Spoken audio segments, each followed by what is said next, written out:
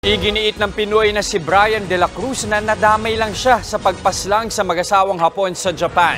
Hanggang ngayon, iniimbestigahan pa rin kung kay De La Cruz nga ba ang nakitang dugo sa pinangyarihan ng krimen. Nasa frontline ng balitang yan si Reniel Pawid. Tuliro pa rin si Brian De La Cruz nang makausap siya ng mga opisyal ng ating embahada sa Japan.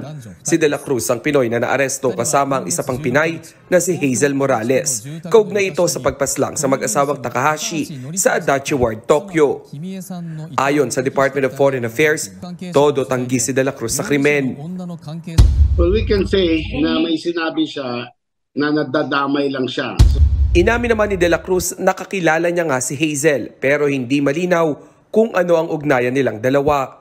Sa pinakahuling investigasyon ng pamahalaan ng Japan, may nakitang dugo sa crime scene na hinihinalang kay De La Cruz. Bago pa man maaresto si De La Cruz, nakitang may sugat siya sa kamay. Tulad na lang sa larawang ito na nakuha ng News 5 kung saan makikita siyang nasa ospital at may benda ang kamay. Kita rin ang nakabenda niyang kamay nang pumunta siya sa isang convenience store para bumili ng beer gabi ng January 16. Ito'y ilang oras matapos ang pagpatay sa mag-asawang Takahashi.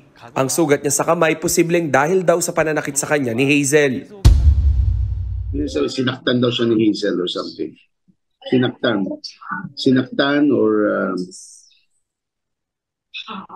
hindi ko lang, emotional wound or physically attack siya ni Hazel. It could be nang sabihin kaya siya may dugo, baka nag-away siya ni Hazel. Hanggang sa ngayon, bineberipika pa rin ng mga otoridad sa Japan kung kay De La Cruz nga ba ang dugong nakita sa crime scene.